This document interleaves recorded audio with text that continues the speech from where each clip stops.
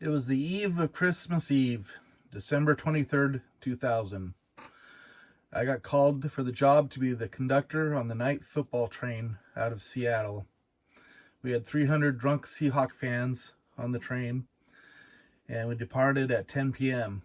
I had to throw off two drunk passengers before we even left the station. So we left the station about 10. A little bit after that, a little old lady came down and said, "There's some people in car 4 that are making too much noise and causing problems." So I'm like, "Okay, ma'am, I'll go take a look at it." It was a night train, so we had all the lights off in the cars, just very dim lighting. So I snuck into the front of car 4 and sat down and just listened to what was going on in the back of car 4. There was a group of football fans. They were drinking and being a little bit loud, but they were fine for a football train. That was they were okay for that. So I'm just sitting there, and then all of a sudden I hear the psh, the air goes through the train. The emergency brakes lock up, and it's quiet. And they hear the wheels are locking up, skidding. After a couple seconds, I go, "Call an engineer, Amtrak. Tommy, what's up?" No answer. A couple more seconds go by. Bam! We hit this something big. It shook the whole train. For the next 5 seconds, the car's bouncing up and down, side to side, up and down. Hear all kinds of debris going underneath the train. I'm like, "Oh no!" So we're slowing down more. Then the next 10 seconds, it's really smooth again. And we're still slowing down, emergency brakes. And I'm like, "Well, it's smooth. That means we're still on the rail. So that's good."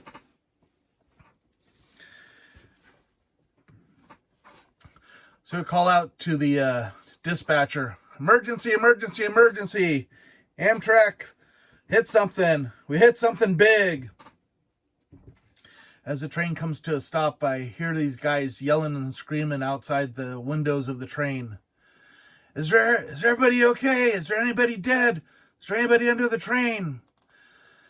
Is there anybody under the house?" And I look out the window, and this is what I see. Well, this is not an RV. It's not a manufactured home. This is a 1,400 square foot stick-built house. We ran through a house. Call up the dispatcher. "Dispatcher, we got 300 feet of debris of a house along the main line at the Auburn Road crossing on Main 2. All trains stop." Then I call the engineer. "Amtrak, engineer, Tommy." No answer. "Tommy, come back, Tommy." No answer. I'm like, "Oh no. There's 300 feet of debris on the main line. Hey, Jimmy, get my big flashlight out of my grip. I'm coming through the train." So I go through the train. We had 6 cars, 4 coaches, a diner, and business.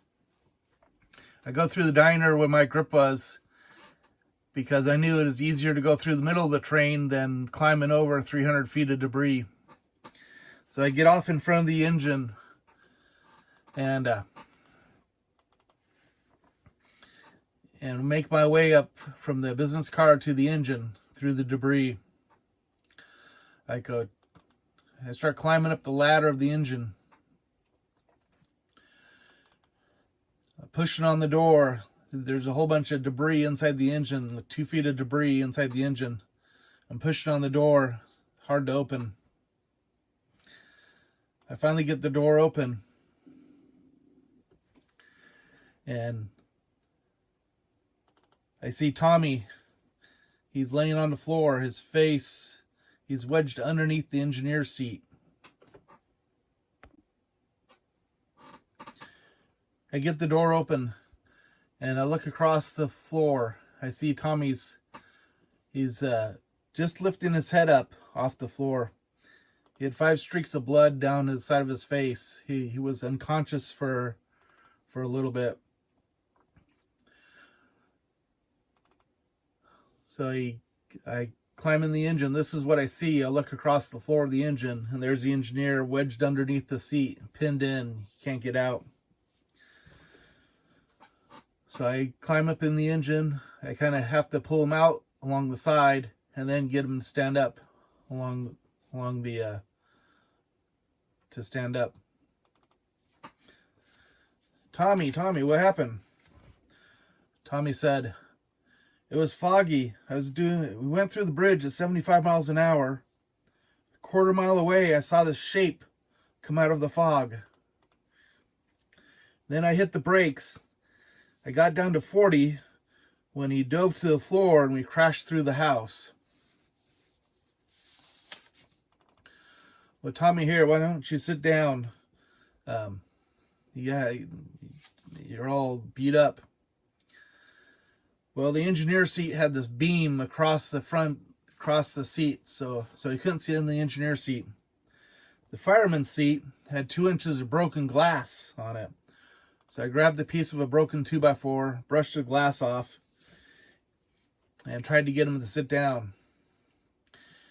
Tom had no interest in sitting down. He just wanted to get out of there.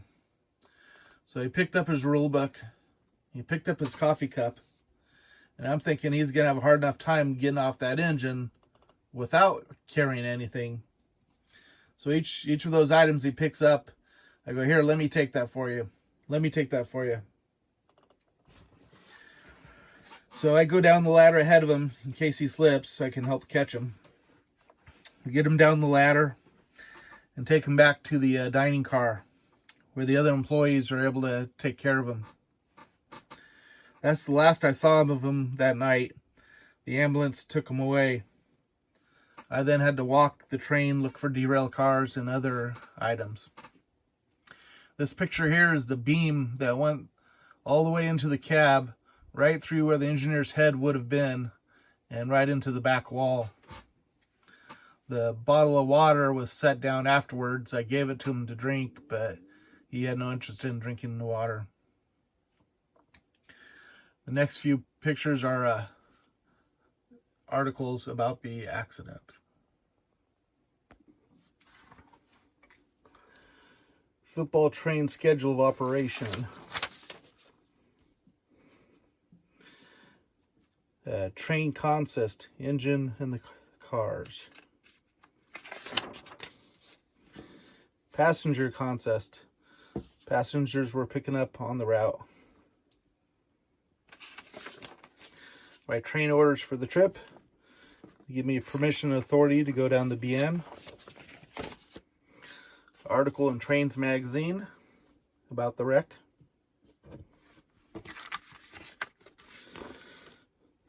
Associated Press, Seahawks. Associated Press, Seahawk fans.